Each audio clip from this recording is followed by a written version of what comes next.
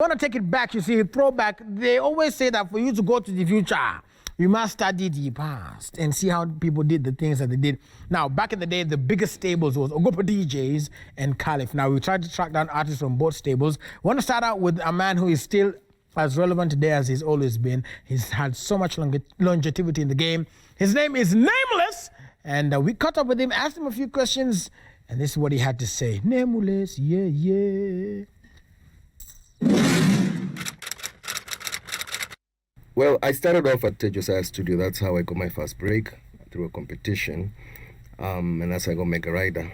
But as I was performing, I noticed a new vibe and sound coming up.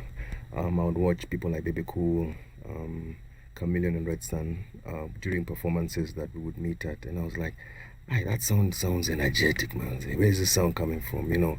And I started realizing the importance of being a performing artist. So I did my research and tried to find, hey, Kwani, who's producing this and who's this Ogopa? So I finally found out about this guy called Lucas. Called him, I was like, yo, Niaje, this Nameless. And then him is like, we discovered, which Nameless? The one with Mega Rider. I'm like, yeah. So it's so funny, the place I met him was actually right outside where Citizen is, because there was a recording studio at that time, and Lucas was recording Vinnie Banton and Mr. Googs, the song Gidurai. So we met right outside the gate of what is now Citizen, which is now where 10/10 is, and the studio was somewhere upstairs, and that's where I met him. And from there, we started working together. And I remember the first song I did with him was Majitu. Majitu, and then I think Nameless. And from there, yeah, we started, we started that, that's when I got signed with Ogopa. I mean, we're still talking about Issa till today because of the impact he made to the Kenyan scene in less than 2 years. And so you can imagine, even in Ogopa, he was kind of like one of the last borns in the stable, but alikuwa he was growing so fast. His talent was really up there, and he had discipline and understanding of the market. He understood it very fast.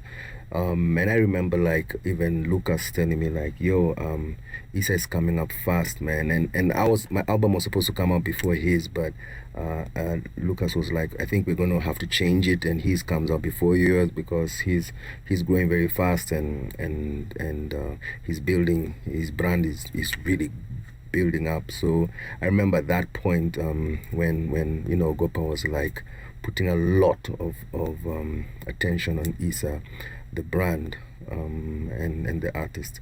So he was big in Ogopa, even if he was one of the youngest at that time.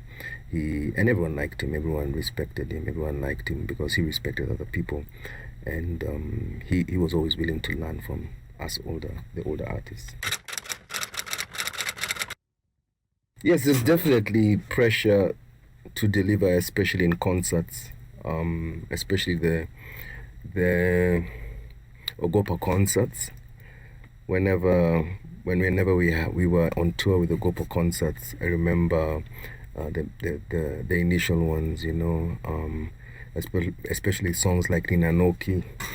It'd either be Red Sun or me who's performing last, and it would give me pressure. It would give me a lot of pressure to deliver, because the shows have been hyped at that time.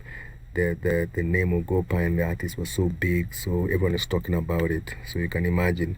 I remember in 6th year, when I was doing my 6th year, there was so much pressure for me to be in an event, and I was doing my final exam, you know, on Monday, and you know, like, the client had insisted Nameless has to be there for this show, and I'm like, I need to focus on school, and Ogopa is telling me, you have to come for this show, you know.